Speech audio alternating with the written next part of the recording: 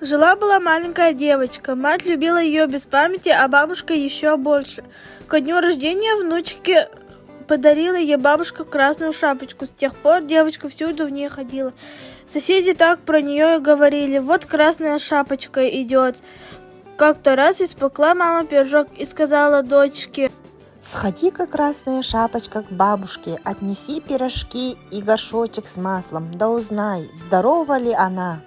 Собралась красная шапочка и пошла к бабушке. Идет она лесом, а навстречу ей серый волк. Куда ты идешь, красная шапочка? Спрашивает волк. Иду к бабушке и несу ей пирожок и горшочек масла. А далеко живет твоя бабушка? Далеко. Отвечает красная шапочка.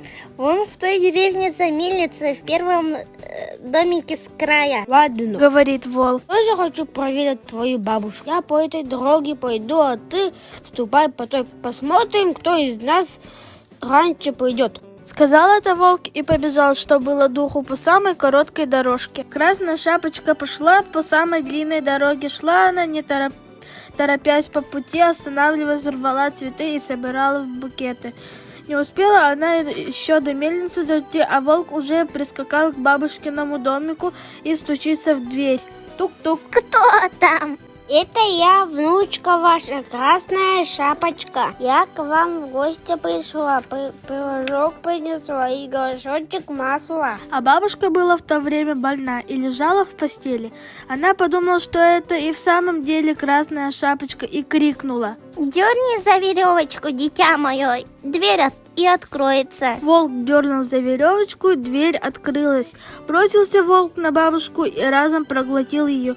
Он был очень голоден, потому что 3 дня ничего не ел. Потом закрыл дверь, улегся на бабушку в постель и стал поджидать красную шапочку. Скоро она пришла и постучалась. Тук-тук. Кто там? Спрашивает волк, а голос у него грубый и хриплый. Красная шапочка испугалась было, но потом подумала, что бабушка охрипла от простуды, и ответила: Это я, внучка ваша, принесла вам пирожок и горшочек масла. Волк откашлялся и сказал потоньше: Дерни за веревочку, дитя мое, дверь и откроется. Красная шапочка дернула за веревочку, и дверь и открылась.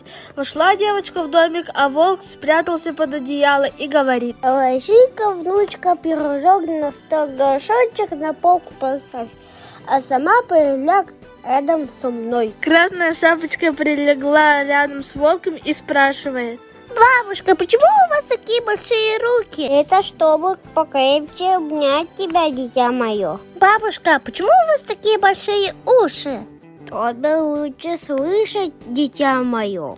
Бабушка, а почему у вас такие большие глаза? Чтобы лучше видеть, дитя мое. Бабушка, а почему у вас такие большие зубы? Это чтоб скорее съесть тебя, дитя мое. Не успела красная шапочка и охнуть, как волк бросился на нее и проглотил.